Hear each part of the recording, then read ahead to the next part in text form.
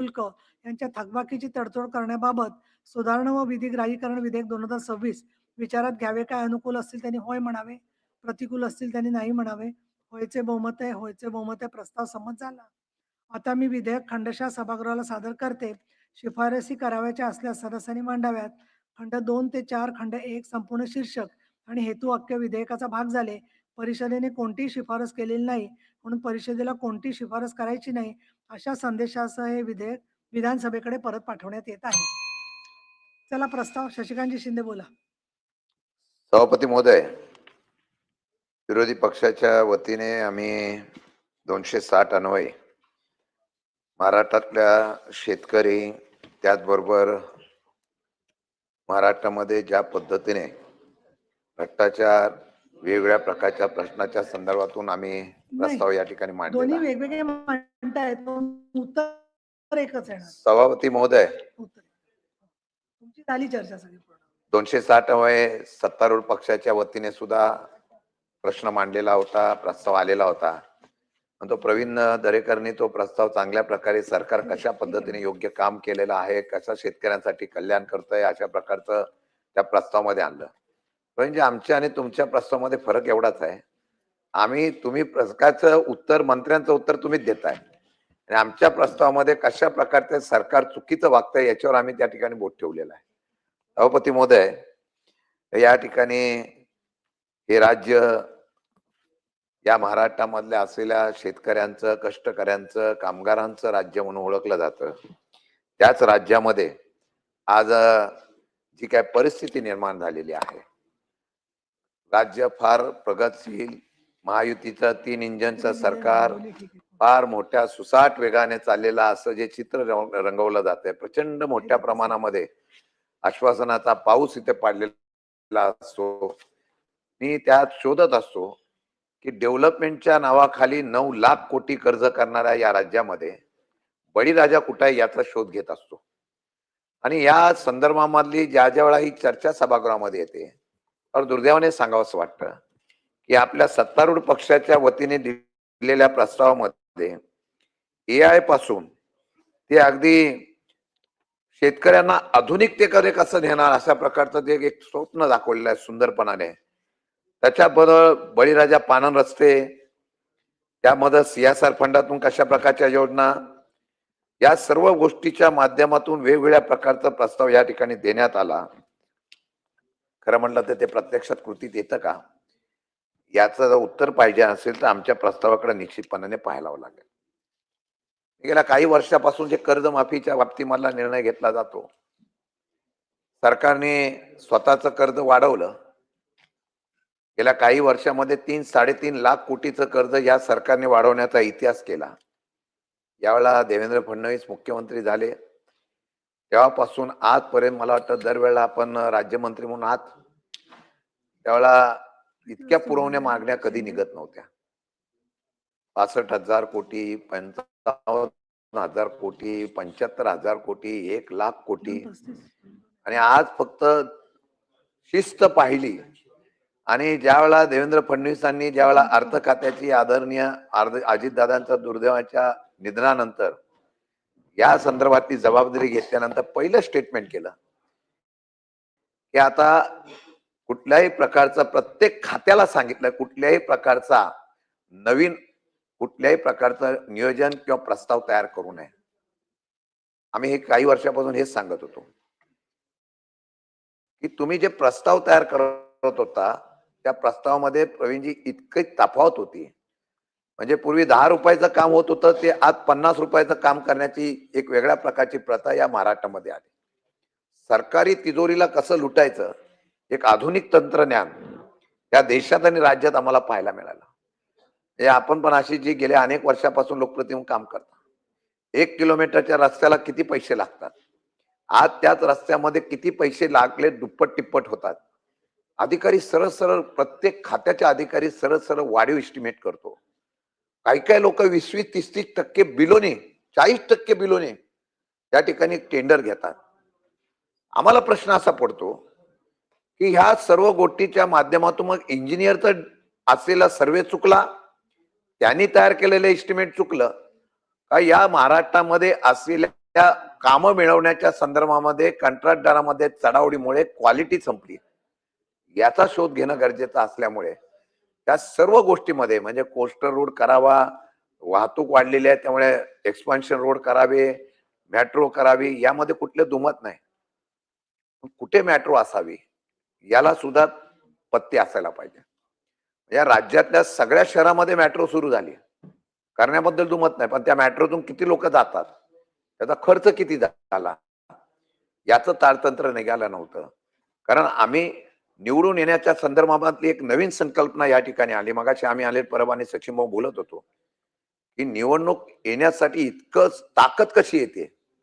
विकास कामाच्या ताकद येते मी समजू शकतो, पण विकास कामाच्या व्यतिरिक्त एवढी मोठमोठी कामं, एवढी मोठमोठी बजेट खिशात पैसे नसताना सुद्धा उभे केले जातात आणि एवढ्या मोठ्या प्रमाणामध्ये कामं मंजूर करण्याचा इतिहास होतोच कसा, हा एक संशोधनाचा विषय आहे. आणि निर्णय घेताना जे मोठ्या पद्धतीने निर्णय घेतले जातात ते खरंच या महायुती सरकारचं असलेली सुसाट ही आपली गाडी ही निश्चितपणाने महाराष्ट्राला कर्जाच्या डोंगरामध्ये, कर्जाच्या खाईत नाही, अशा प्रकारची शंका इथं व्यक्त करतो. आणि म्हणून मगाशी सांगितलं, शहरीकरण वाढलं, ते वाढण्यासाठी समृद्धी असेल, शक्तीपीठ असेल, अनेक मोठमोठी कामं आपण शेतकऱ्यांचा परवानगी असो नसो, परभणीमध्ये परवा आंदोलन झालं, सांगलीमध्ये मोर्चा झाला, परंतु दाबून दडपशाहीने आणि अधिकाराचा वापर करून ही कामं मंजूर करण्याचा अट्टास का मला कळला नाही. बंटी पाटील त्या नाही आहेत, पण शक्तीपीठला जाणारा एक पर्यायी मार्ग असताना सुद्धा त्या मार्गाच्या व्यतिरिक्त 86,000 कोटीचा हा मार्ग काढण्याचा उद्देश काय. बरं, मी समजू शकतो महाराष्ट्रातला उद्योगपती, महाराष्ट्रातला कंत्राटदार, सगळे कंत्राटदार गुजरातचे, म्हणजे हल्ली राज्य दिल्ली चालवते का राज्य महाराष्ट्र राज्य चालवतंय, याचा सुद्धा आता कधीतरी शोध घ्यावा लागेल. म्हणून केंद्रातला असलेला राजकीय हस्तक्षेप आम्ही समजतो, पण केंद्रातला असलेला ज्या वेळेला प्रत्येक गोष्टीमधला हस्तक्षेप हा महाराष्ट्राच्या नेतृत्वाला खुजा करतो, महाराष्ट्राच्या नेतृत्वाला हातबल करतो. मुख्यमंत्री सक्षम आहे, निर्णय घेण्याच्या प्रत्येक कामामध्ये त्यांची हातोटी आहे, 100% ती मान्य आहे, परंतु ते निर्णय घेताना त्यांना स्वतंत्रता आहे का, किंवा अशी जी तुम्हाला तरी ते स्वतंत्रता आहे का, याचा खरं म्हटलं तर हे करणं गरजेचं आहे. आपण सांगितलं की बळीराजांच्या साठी यायची आपण संकल्पना प्रवीण दरेकरांनी फार मोठ्या ह्याच्यामध्ये सांगितली. काय योजना आपण दाखवल्या, पानन रस्ते दाखवले. अरे प्रवीणजी, पानन रस्त्यामध्ये तुम्ही सुद्धा राजकारण आणलं. हा या पार्टीचा नाही म्हणून पानन रस्ता देऊ नका, तो या पार्टीचा आहे म्हणून तिथून 2 रस्ते टाका. हा, आपण जर आम्हाला दिलेला, मी उदाहरण देतो, असं नाही मी मोगम बोलत नाही, मी तुम्हाला सांगतो, आमदाराला तुम्ही दिले असतील, आम्हाला देत नाही, विरोधी पक्षाला देत नाही, नवीन प्रथा तुम्ही पाडलेली आहे. विरोधी पक्षाला 1 रुपया द्यायचा नाही हे ठरवलेलं आहे तुम्ही, आणि मंत्रीच सांगतात आमचं ठरलेलं आहे वरती, कोणालाही खाली पैसा द्यायचा नाही, विरोधकांना काय व्हायचं ते होऊन द्या. पण मी तुम्हाला सांगतो, मी बघितलं पानन रस्त्याला, अशी जी तुम्ही एखाद्या तुमच्या जागेतून पानन रस्ता एक दिला असेल तर दुसरा पानन रस्ता घ्यायला पाहिजे का, पण तो विरोधी पार्टीचा आहे, दुसरा पानन रस्ता द्यायला लावतात, अधिकाराचा गैरवापर होतो प्रचंड प्रमाणामध्ये. या सर्व गोष्टीतून अडचण निर्माण होते, सुद्धा तुम्हाला वस्तुस्थिती पाहायला मिळाली.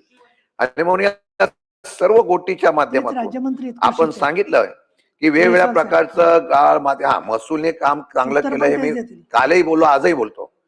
लोकांसाठी चांगला निर्णय कोणी घेतला असता तर एक खातं होतं, ते महसूल खातं, आणि चांगले चांगले निर्णय घेतले त्याचा कौतुक मी निश्चितपणाने करेल.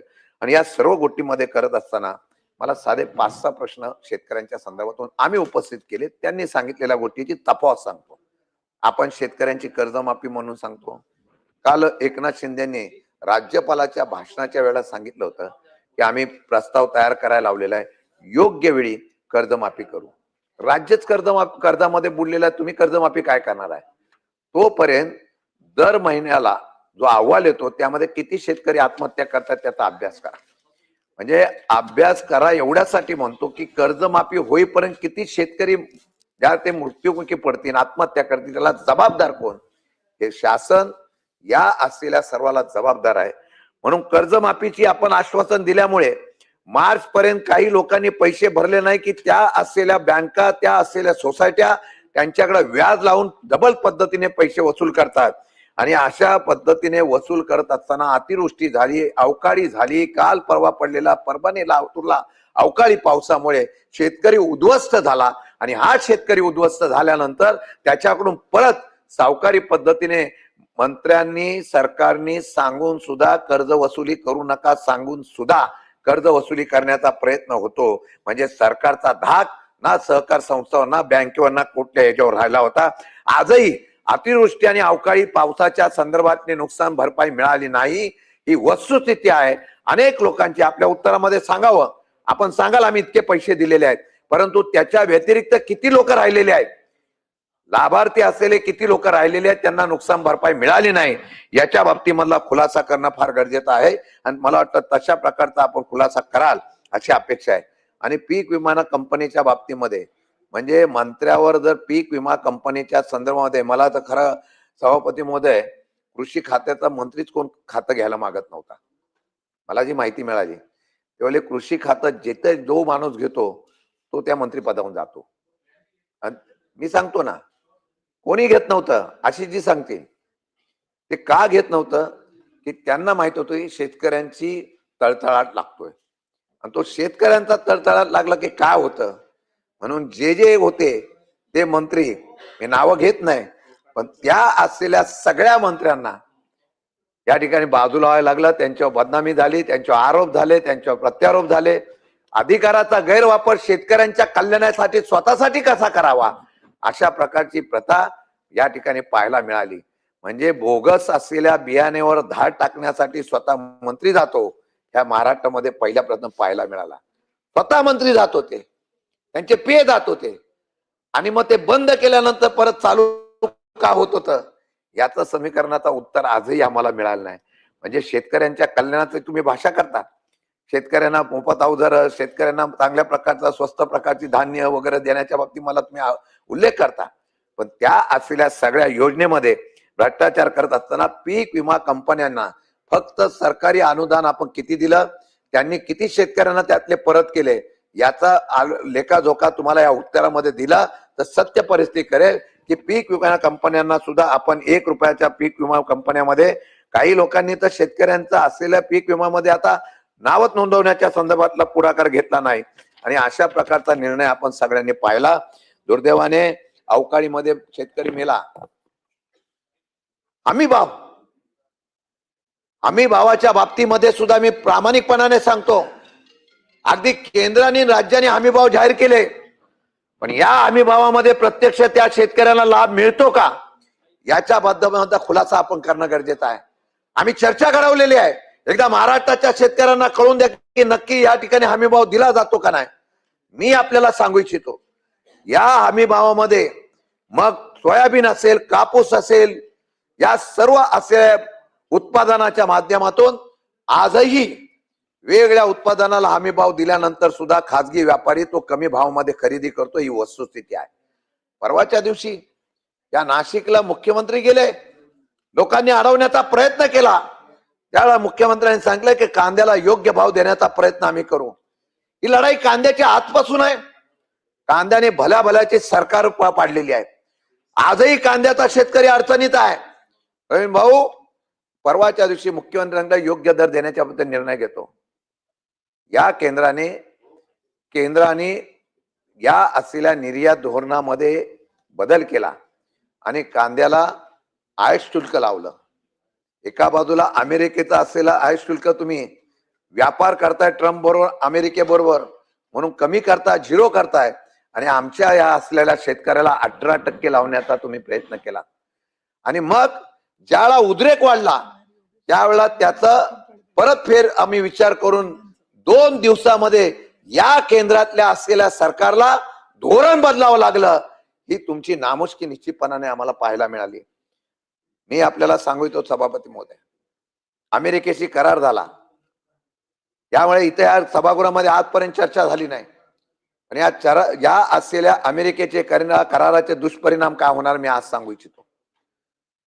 मंत्री महोदय, मी फार प्रामाणिकपणाने त्याचा उल्लेख एवढ्यासाठी करतो की एखादं राष्ट्र ज्यावेळेला सक्षम असतं ना, तेव्हा त्या ठिकाणी त्याच्या उत्पन्नाला बाजारपेठ मिळाली ना, पण ते त्या ठिकाणी सबसिडी देतं, अनुदान देतं.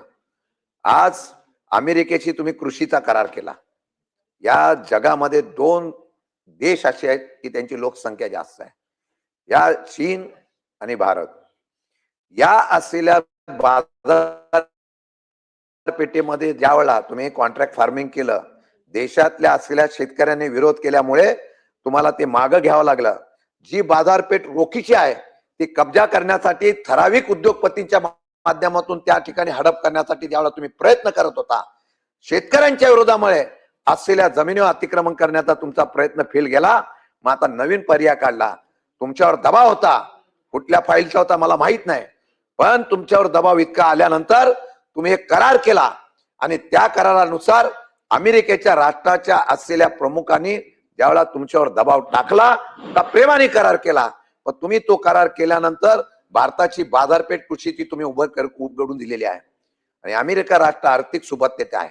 ते ज्यावेळेला 0% वर त्या ठिकाणी त्यांचा मालाला बाजारपेठ मिळेल तेव्हा शेतकऱ्यांच्या कृषी उत्पन्नाच्या संदर्भामधले एक चांगल्या प्रकारचा पॉलिसी निर्णय काही दिवसामध्ये घेतील. मग अगदी उत्पादनापासून मका असेल, वेगवेगळे उत्पादन सोयाबीन असेल, इथॉनॉल असेल, एवढंच नव्हे तर या असलेल्या दुग्धजन्य पदार्थावर सुद्धा आणि दुधावर सुद्धा अमेरिका कब्जा करेल. आणि ज्यावेळेला ही स्पर्धा होईल त्यावेळेला भारतातला शेतकरी या ठिकाणी उभा राहू शकतो का हा प्रश्न निर्माण होईल. त्याला वेळ जाईल. पण ज्यावेळेला आम्ही सभागृहामध्ये हा आवाज उठवतोय, आम्ही अभिमानाने सांगू, या महाराष्ट्रामध्ये यशवंतराव चव्हाणांच्या महाराष्ट्रामध्ये शरद पवार कृषी मंत्री असताना केलेली कर्जमाफीतून एक शेतकरी उभा राहिला. पण तो शेतकरी मोडण्याचं काम करत असताना या महाराष्ट्रामध्ये आम्ही या सदनामध्ये पहिला आवाज उठवला. जे 1 वर्षानंतर काय घडणार याच्या बाबतीमधली शंका उपस्थित केलेली आहे, ही सत्य ठरण्याची गोष्ट आहे. योगायोग असाच नाही. मागेही म्हणालो, या सभागृहामध्ये आम्ही चर्चा करताना बिलावर बोललो होतो की एका वेळेला अनेक राज्यामध्ये आंतरराष्ट्रीय पद्धतीची बाजारपेठ निर्माण करण्याचा ज्यावेळेला तुम्ही निर्णय घेता, त्या निर्णयाच्या मागे मध्ये उद्योगपतीचा या ठिकाणी पाठीशी घालण्याचा आणि त्याला मदत करण्याचं एक वेगळ्या प्रकारचं व्यापारी वृत्ती तुमच्या डोक्यातून येते. याची कल्पना आता हळूहळू यायला लागलेली आहे. आज आंतरराष्ट्रीय बाजारपेठ करण्यासाठी 1,500 एकर जमीन जर पालघरला तुम्ही उभी करताय आणि ती जमीन ज्यावेळेला पालघरला उभं कराल त्यावेळेला मला खात्री आहे की अमेरिकेच्या बाजारपेठीमधून आलेला माल आणि देशातून जाणारा माल याची प्रमुख बाजारपेठ करत असताना तो व्यापार खाजगीकरणाच्या माध्यमातून उभा करण्याचं पाप सुद्धा करून मुक्त असलेल्या बाजारपेठेमध्ये शेतकऱ्यांच्या मालाला हमीभाव देण्याच्या ऐवजी हे बाजारपेठ तुम्ही ठराविक लोकांच्या हातामध्ये द्याल अशा प्रकारची शक्यता नाकारता येत नाही. कांद्याच्या बाबतीमध्ये तुम्ही ज्यावेळेला निर्यात बंदी करता सभापती महोदय, त्यावेळेला अफगाणिस्तानतून तुम्ही किती कांदा मागवला. तुम्ही पाकिस्तान, अफगाणिस्तान याच्यावर जे काय बोलता ना ते फक्त राजकारणासाठी बोलता, परंतु त्यांचा कांदा तुम्ही इथं का आणता याचा प्रश्न अजून उत्तर द्या. या कांद्या आणण्यामुळे महाराष्ट्राचा शेतकरी या ठिकाणी 100% अडचणीत आलाय हे पण तुम्हाला मी सांगू इच्छितो. योजना तर फार करतात पण पर्याय लगेच करतात. वीज बिल माफी एवढी कौतुक केलं. वीज बिल माफी देण्याच्या बाबतीमध्ये तुम्ही घोषणा केली. सभापती महोदय, मी जबाबदारीने सांगतो, ज्या दिवशी वीज बिल माफीची घोषणा केली त्या दिवसापासून सौर ऊर्जा करण्याचा तुम्ही षडयंत्र चालू केलं. कारण सौर ऊर्जेच्या माध्यमातून मोफत वीज दिली म्हणून गिनीज बुकामध्ये तुमचं कौतुक झालं. सर्वात जास्त सौर ऊर्जा कोणाची वापरणारा राज्य म्हणून गिनीज बुक वर्ल्ड बुक मध्ये तुमचं नाव झालं. पण शेतकरी मेला ना, त्याला कंपल्सरी तुम्ही सौर ऊर्जा करण्याचं सांगितलेलं आहे. तुम्ही बघून घ्या, आज काही लोकांना सौर ऊर्जेच्या ऐवजी 10 HP ला असेल किंवा सामुदायिक अशा शेती करणाऱ्या शेतकऱ्यांना सौर ऊर्जेच्या प्रकल्पामध्ये जिथं बसू शकत नाही अशा शेतकऱ्यांची अर्ज महिन्यानुमहिने पडलेले आहेत. त्यांना तुम्ही वीज कनेक्शन देत नाही, सांगतात की वरून आलेला आहे की वीज कनेक्शन तुम्हाला मिळणार नाही, तुम्हाला सौर ऊर्जाच घेतली पाहिजे. अशा प्रकारचा निर्णय घेण्याचा प्रयत्न होणं, सभापती महोदय, आज त्यांना पाणी असून सुद्धा वीज मिळत नाही हे दुर्दैवाने निर्णय या तुमच्या सरकारने घेतल्यामुळे 10 HP ची 7 HP ची असलेल्या शेतकऱ्यांना वीज कनेक्शन मिळावं म्हणून त्यांना आजही कुठला लाभ मिळत नाही. अगदी तुम्ही स्ट्रीट लाईट देत नाही. स्ट्रीट लाईट देताना तुम्ही सांगितलेलं आहे आमदारामध्ये चोऱ्या होत आहेत. आम्ही बघतो कशा प्रकारे बनियान चड्डी बनियान गँगवाले घुसतात. आता ते घुसताना का घुसणार नाहीत? कारण तुम्हाला माहिती आहे लाईटच नाही. गिरीश महाजन तुम्ही ग्रामविकास मंत्री होता, स्ट्रीट लाईटला बंदी केलेली आहे. एलपी ला पैसे द्यावे लागतात, स्ट्रीट लाईटचे पैसे द्यावे लागतात. कुठे कुठे पैसे वाचवा. हे मोठी कामासाठी पैसे वाचवले तर ग्रामीण भागातला लोक उभे राहतील. आणि त्यामुळे या सगळ्या मोफत वीज देण्याचं सिंगल फेजचं तुमचं कनेक्शन साधं मिळत नाही. अशा प्रकारची निश्चितपणाने आपण या ठिकाणी पाहिलेलं आहे. सभापती महोदय, हे सगळं सांगत असताना सरकार कशा पद्धतीने एक चुकीचं म्हणजे आम्ही प्रसिद्धीला कमी पडत नाही, प्रसिद्धी करताना कशा योजना राबवतात या संदर्भामधला निर्णय आपण दाखवला. म्हणजे लाडक्या बहिणीचं एवढं सुतोवाद झालं, पण त्या लाडक्या बहिणीला कळलं नाही की आपल्या वेगळ्या वेगळ्याच्या मागणीमध्ये आपला बळीराजा, आपला जो घरचा करता करवित आहे, आपलं घर उद्ध्वस्त होत आहे, याच्या बाबतीमध्ये निश्चितपणाने या ठिकाणी केलेलं नाही. आणि म्हणून आपल्याला एकच सांगावंसं वाटतं सभापती महोदय, या ठिकाणी आपण गेल्या वर्षीच्या अतुल राज्य सरकारने केंद्राकडे 781 कोटी रुपये मागितले होते. केंद्राने प्रस्ताव पाठवला सप्टेंबरला. 1 रुपया सुद्धा तुम्हाला दिला नाही, एक छदाम सुद्धा दिले नाही. एवढं केंद्रामध्ये तुमचं वजन आहे. आणि हे करत असताना खरीप हंगामातल्या नुकसानीचे 5-6 महिने उलटले तरी शेतकऱ्याला पीक विम्याचा 1 रुपया मिळाला नाही. आता ही कंपन्यांसाठी आहे का शेतकऱ्यांसाठी आहे, यासाठी निर्णय घेणं गरज आहे. तुमचं राज्य एवढं तुम्ही चांगलं चालवलंय ना, मगाशी बांगलादेशी वगैरे प्रवीण भाऊ मनात तुम्ही पोट्टे ठिकाणी बोलला. अरे शेतकऱ्याला किडनी विकायला लागते, तुम्ही यासाठी भांडताय. कर्ज विकलं जात नाही म्हणून शेतकरी किडनी ओढतोय, किडनी विकतो. ही महाराष्ट्रातली तुमच्याची सध्याची सत्य परिस्थिती आहे. आता गुंठेवारी आलेला शेतकरी आहे, त्या शेतकऱ्याचं उत्पन्न, त्याचा असलेली बाजारपेठ या संदर्भामध्ये या ठिकाणी निश्चितपणाने आपण गुंठा केले. शक्तीपीठ मध्ये परवाच्या दिवशी मोर्चा निघाला. पहिला लाल मोर्चा निघाला, नाशिकवरून आला. आणि तुम्हाला माहिती आहे मोर्चे आले. परभणीला निघाला, पोलीस बलाचा वापर झाला. सांगलीला निघाला, तो थांबवला. आश्वासन दिलं की तुम्हाला विचारल्याशिवाय काय करत नाही. मला माहिती आहे 2 वर्षांनी शक्तीपीठ चालू होणार. आणि हे शक्तीपीठ चालू होत असताना दुर्दैवाने तो असलेला शेतकरी हा पूर्ण त्याची शेती जाईल आणि अल्पभूधारक नाही तर बिनशेतीचा शेतकरी तुम्हाला पाहायला मिळेल. आणि म्हणून तुम्ही आश्वासन देता, इतके देतो तुम्हाला, एकरीला किती पाहिजे त्याचा भाव ठरवता, पैसा गेल्यानंतर तो काम काय करणार. अशा प्रकारे शेतकऱ्याने उत्पन्न कमी जमिनीमध्ये सुद्धा दुप्पट काढून दाखवलेलं आहे. हे तुम्हाला अभिमानाने सांगावं लागेल. आणि हे करत असताना बोगस बियाणं, बोगस खतं किती आहे. मंत्र्यांनी एका कंपनीवर कारवाई केली बोगस खताच्या. गुजरातची कंपनी आहे बियाण्याच्या. गुजरातवरून इतका मोठा जोरात आवाज आला की त्याची असलेली बोगस बियाण्याची आणि ती कंपनी लगेच चालू झाली.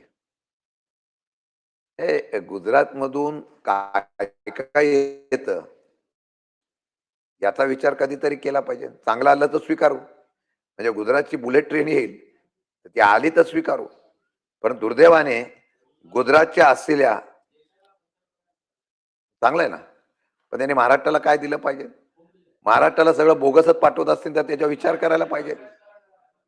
मग पालघरच्या बाजूला जाऊन असलेल्या इथं ड्रग्स मिळतो, एमडी मिळतो, गुजरातवरून गुटखा येतो, गुजरातवरून प्रवीणजी गुजरातवरून गुटखा येतो. महाराष्ट्रात बंदी आहे, गुजरातवरून येतो.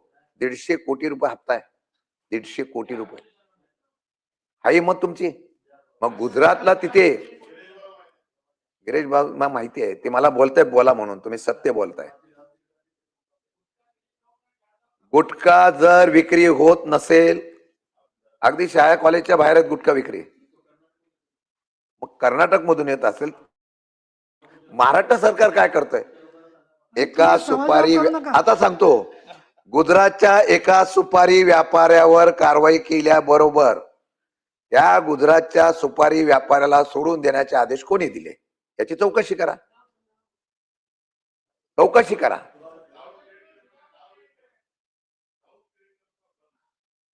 भ्रम नाही. गुटखा येतो का नाही सांगा, आणि गुटखा येतो कुठून येतो त्याचा शोध द्या. द्या उत्तर तुम्ही, तुम्ही द्या उत्तर. मी आजही सांगतो, हे झिरवळवर काल झालं ना आरोप, माणूस साधा आदिवासी विभागातला गरीब भेटला, त्याला ठोका टाकला तुम्ही. हा, राजकारणामध्ये मित्राला तरी सोडा राव, मित्र पक्षाला तरी. अशी जी तुम्हाला पण धोका आहे, सावध राहा. ही फक्त चुणूक दाखवली त्यांनी गरीब असलेल्या माणसाला. अरे एसीबी येते कशी? विदाउट गव्हर्नमेंट हा सरकारचा हे नाही होत, प्रतिमा मलिन होत नाही. एसीबी येते कशी? आणि एसीबी येते, कारवाई करते, आणि त्याच्या संदर्भामध्ये सरकारच्या मंत्रालयात हे स्ट्रिंग ऑपरेशन, या सभागृहामध्ये मी ऐकलं होतं, स्ट्रिंग ऑपरेशन झालं. हे स्ट्रिंग ऑपरेशन करण्याचा प्रयत्न विरोधक करताय. या आम्ही नाही केलं ना, ते मला डिस्टर्ब करतायत. तुम्ही त्यांच्याकडे कशाला बघताय सर? त्यामुळे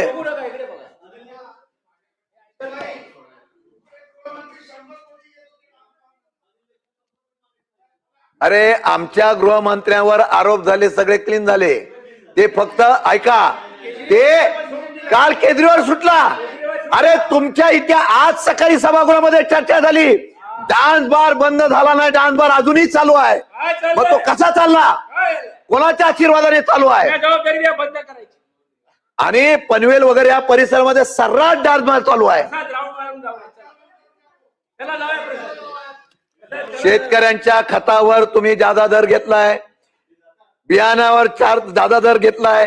गांभीर्याने चर्चा करा, बारवरती वगैरे बोलू नका. चला याच्यावरती. त्यामुळे माझं म्हणणं असं आहे की तेलंगणा राज्य, आपण राज्यात कर्नाटक वगैरे बोलतो, तेलंगणा राज्यामध्ये सभापती महोदय 24 तास मोफत वीज आहे. आमच्याकडे 8 तास आहे, ती पण कधी? रात्रीची. तो बिचारा सौर ऊर्जामध्ये मी मगाशी म्हणालो, भाऊ माझ्याबरोबर तुम्ही साहेब त्याला मुद्द्याला धरून, मी मुद्द्यावरच बोलतोय. सौर ऊर्जाच्या बाबतीमध्ये सभापती मध्ये माझं आजही आव्हान आहे, एकदा तुम्ही, फक्त एकदा म्हटलं सातारा या, कुठेही शेतकऱ्यांशी संवाद करा. जर शेतकरी म्हणाले की आम्हाला वीज कनेक्शन मिळत नाही, त्याबद्दल आपण निर्णय घ्या. तुम्ही जो निर्णय घ्याल तो आम्ही मान्य करू. लोकांना किती जबरदस्ती एखादा निर्णय लादण्याचा प्रयत्न करताय. त्यामुळे मला वाटतं की त्या ठिकाणी हे करण्याच्या बाबतीत मला निर्णय आपण ठिकाणी निश्चितपणे करायचा आहे. औद्योगिक धंद्याबद्दल न बोललेलं बरं. एका बाजूला उद्योग आणलेला म्हणून सांगताय, बेरोजगारी वाढलेली आहे, कौशल्य विकासचा नवीन गाजर आपण दाखवलेला आहे, 75,000 लोकांना नोकऱ्या दिलेल्या आहेत. ते देत असताना 7,500 रुपये त्यांना मिळतो. 6 महिन्यामध्ये त्यांनी काम करायचं. 6 महिन्यामध्ये त्यांनी काम केल्यानंतर त्यांना परत वाटतं इथं कायम होऊ, परंतु त्याला त्या ठिकाणी न दाखवता फक्त दाखवलं जातं. कॉन्ट्रॅक्ट सिस्टीम केलेली आहे, अप्रेंटिसशिप केलेली आहे. कॉन्ट्रॅक्ट अप्रेंटिसशिप मध्ये मी केंद्राचा आभार मानेल या बाबतीमध्ये. निदान नरेंद्र मोदी साहेबांनी कालच्या दिवसाला किमान वेतनाच्या बाबतीमधला निर्णय जाहीर केला, मी त्याचं स्वागत करतो.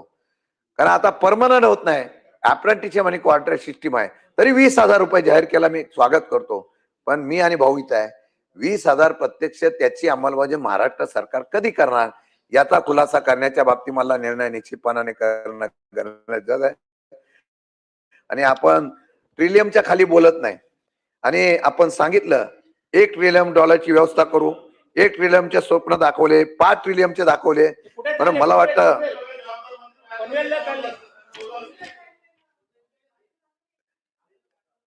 अरे प्रवीणजी, महाजन साहेब, आपण करार एवढे केलेले दाखवताना दावतचे एवढे करार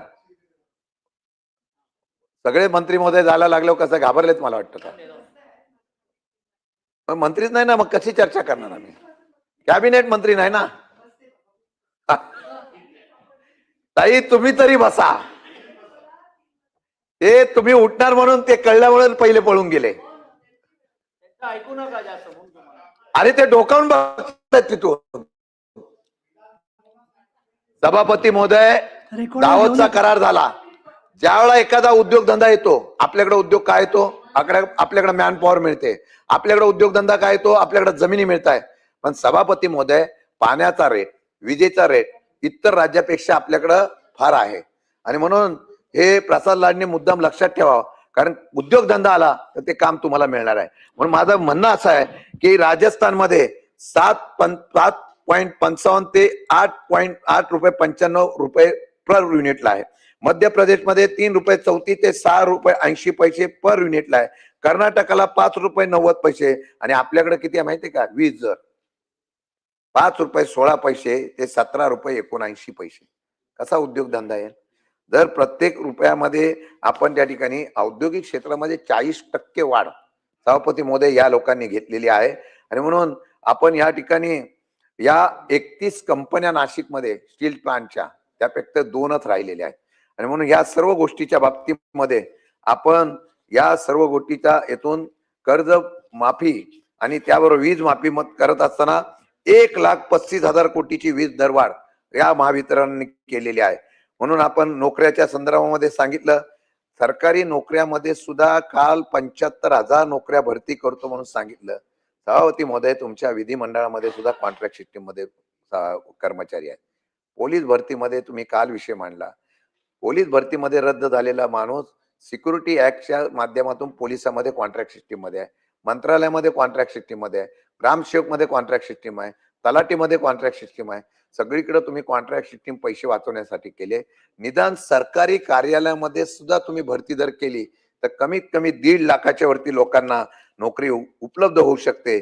आपण शिक्षक वगैरे काही करत नाही, मी फार वेळ घेत नाही, पण वस्तुस्थिती जी आहे की आपण फक्त लोकांना सांगण्याच्या बाबतीमधला आपण या ठिकाणी प्रयत्न करतायत आणि विकास विकास सांगताय. वाहतूक वाढली, वाहनं वाढली, त्यामुळे एक पुन्हा आणि मुंबई ब्लॉक झाल्यावर काय होतं? तुम्ही संध्याकाळी कधी पण ताई खोपोलीवरून जायला निघा, 2 तास तुम्ही खोपोलीवरून बाहेर निघत नाही.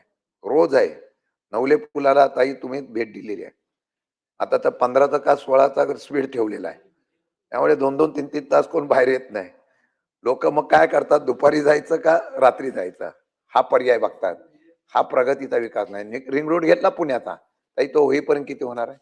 तोपर्यंत लोकांनी काय करायचं? त्यामुळे हे फक्त आपण जिथं आवश्यक आहे तिथे प्राधान्य देण्याच्या ऐवजी आपण जिथं आवश्यक नाही त्या ठिकाणी आपण प्राधान्य देण्याचा प्रयत्न केलेला आहे. आणि मंत्रालयामध्ये महाराष्ट्रामध्ये भ्रष्टाचार प्रगती या विषयावर चर्चा न केलेली बरं. प्रचंड प्रमाणामध्ये भ्रष्टाचार आणि जो भ्रष्टाचार होत असताना मी अनेक उदाहरणं देईन. आपल्याकडे पैसे नाही ताई. सुशिक्षित बेरोजगार मोठमोठे कॉन्ट्रॅक्टर 75,000 कोटी रुपये तुम्ही कर्ज काढलेल्या त्या इंजिनियर कॉन्ट्रॅक्टरला देणं बाकी आहे. 75,000 कोटी नुसत्या बांधकाम कॉन्ट्रॅक्टरचे. आणि तुम्ही हॅम मधून कामं, ह्याच्यामध्ये कामं, त्याच्यामध्ये पाणी पुरवठ्यामध्ये केंद्राने योजना दिल्या त्याच्यापेक्षा 10 पटीने तुम्ही योजना जास्त दिल्या. केंद्र सरकार म्हणतं आम्ही एवढ्या तुम्हाला मंजूर करणार नाही, राज्याचे पैसे थकीत आहे. आणि तुम्ही पराक्रम काय केलाय? पूर्वी कुठल्याही प्रकारचं टेंडर काढायचं झालं तर 10% किमान तिथं तरतूद असेल तरच टेंडर निघत होतं. तुम्ही तो पण निकष बदलला आणि तरतूद नाममात्र झाली तरी टेंडर प्रक्रिया होऊ शकते. अशा प्रकारचे निर्णय तुम्ही आज फार मोठ्या प्रमाणात घेतलेले आहे. त्यामुळे हा सरकारचा प्रगतीचा आराखडा हा नुसता बुरका आहे. शेतकरी मेला, त्याचबरोबर त्या ठिकाणचा असला तरुण बेरोजगार झालेला आहे, तो आत्महत्या करतोय. त्या ठिकाणी असलेले महाराष्ट्रातले उद्योगपती हे त्या ठिकाणी हे झालेले आहेत. त्याचबरोबर कॉन्ट्रॅक्टर या झालेले आहेत. प्रगती प्रगती प्रगती कुठे आहे मला माहित नाही. फक्त प्रगती काही लोकांची झाली, सरकारमधली झाली. 9.5 लाख कोटीचं कर्ज करणारा ऐतिहासिक सरकार आज अभिमानाने सांगताय कुठे आम्ही महाराष्ट्र नेतोय. आमचं म्हणणं आहे कुठे ठेवून घेऊन गेला 32 मिनिटं महाराष्ट्र. झालीत, 32 आणि मला वाटतं हा महाराष्ट्र बघतोय निवडणुका पैशावरून जिंकता येत नाही, पण एक दिवस क्रांती अशी होईल की त्या क्रांतीमध्ये निश्चितपणाने तुम्हाला उलट केल्याशिवाय राहणार नाही. उठाव होईल, उठाव होणार. अनेक राष्ट्रामध्ये उठाव झालेला आहे आणि ती दिवस जास्त लांब नाही. 2029 ला प्रवीण भाऊ, 2029 ला मी तुम्हाला सांगतो की हा महाराष्ट्र इतिहास घडवून दाखवेल आणि तो इतिहास घडवण्याची वेळ तुमच्या या कामामुळे येईल. म्हणून प्रगतीचा आराखडा केलेला 260चा तुमचा प्रस्ताव आज आम्ही त्याचा बुरका फाडलाय, याचाच आनंद आहे. धन्यवाद. प्रसाद लाड बोला. विरोधी पक्ष सभापती